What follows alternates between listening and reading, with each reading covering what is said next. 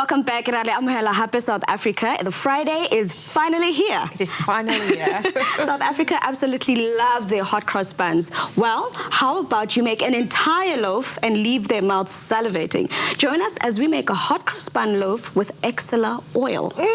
You know, hot cross buns are not just for Easter. No. That's what we're actually saying today.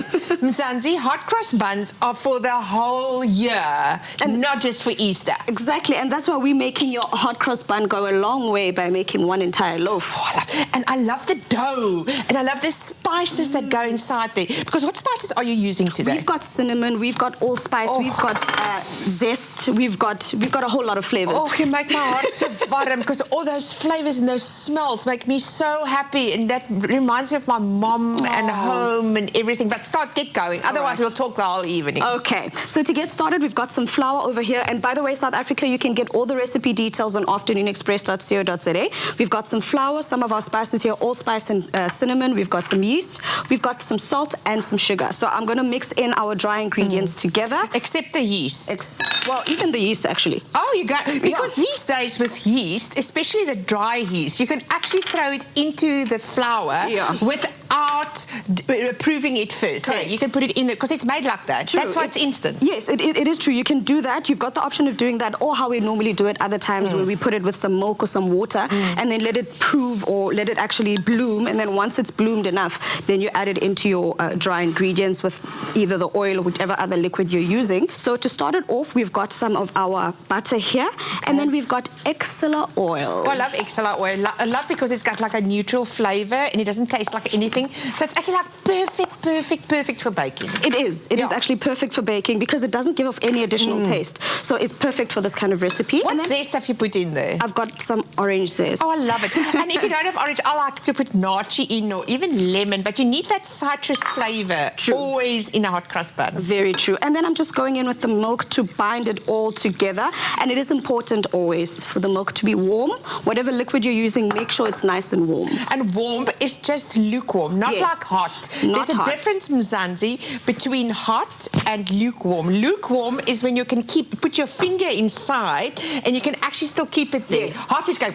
Yes, and you don't want that. Use that because then it is going to kill the yeast. Yes, because that's another important factor, that whenever you're making recipes like this, the cold actually doesn't do anything to the yeast. It actually just stops it from going any further. But from the heat, on the other hand, if you put the water that's too hot, like you said, it kills it, so it actually defeats the point of the rising and all of that. All right, so this is the hot cross bun dough, basically. It's done. What needs to happen now is you have to knead it and knead it and knead it, and this week, I don't want to lie, we've been using a whole lot of elbow grease, so we're not kneading. We did knead a couple of loaves earlier, and we left them to prove. So I've got those risen tubes. I've got a delicious loaf for you. Wow. In course, Kaku. In course, Mama. And then I've got one for myself, because what we want to do now are those crosses on the top, because it's not a hot cross bun if it doesn't have a cross. Oh, so how are we going to get these crosses across? Thank you for asking. We've got some of our flour over here. Yeah.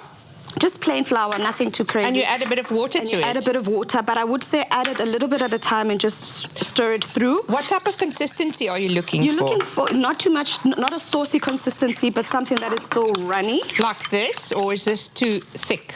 A little bit more water, because you want to be able to move it around on the top of your loaf. And obviously, if you've got a piping bag, South Africa, you're more than welcome to use that. We're just trying to show you that even with the utensils you have at home, you can actually do that. You have a piping bag at home? I don't have a piping bag. Oh, me neither. So we will do it this way, Mzansi. So this is the consistency you're looking for, where it's still pourable, but it holds its shape together. So what do I do with this? Is we just draw our crosses across our loaf over here. And yes, it's going to make a mess, but that's not a problem. It's part of what we're doing here. Oh, you're doing like that. You just keep making the crosses, and then when you put it in the oven, just make sure to have like a tray underneath, just so that it catches any drippings that you might have. This is nice for the kids. I can play. It's like painting on bread, yeah. It's not complete because we need a glaze, and you've got some apricot over there to show us what exactly goes into this glaze. You're always naughty. I saw this before, and I'm wondering, what am I going to do with this? So all that's in there is some apricot jam and some water. You just mix those together and basically brush it over the loaf, try and get possibly the parts where there's no... Like that. Okay, where there's no... Brush it over, and that's going to basically create that nice little shiny glaze on the top of the loaf, and we're going to put it in the oven to bake nicely at 180 degrees. For how long? We like to bake it for an hour, but it is important to just keep an eye on it, just so to make sure that it bakes through.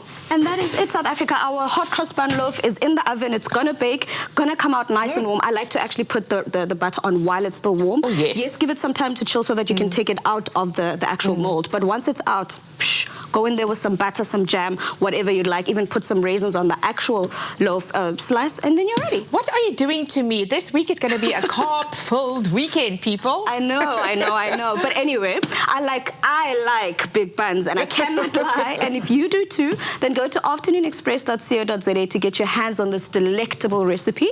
And be sure to catch us again next week when we'll be putting a South African twist on a Hawaiian classic with our South African poke bowl. And in case you missed it, here's a recap of today's recipe.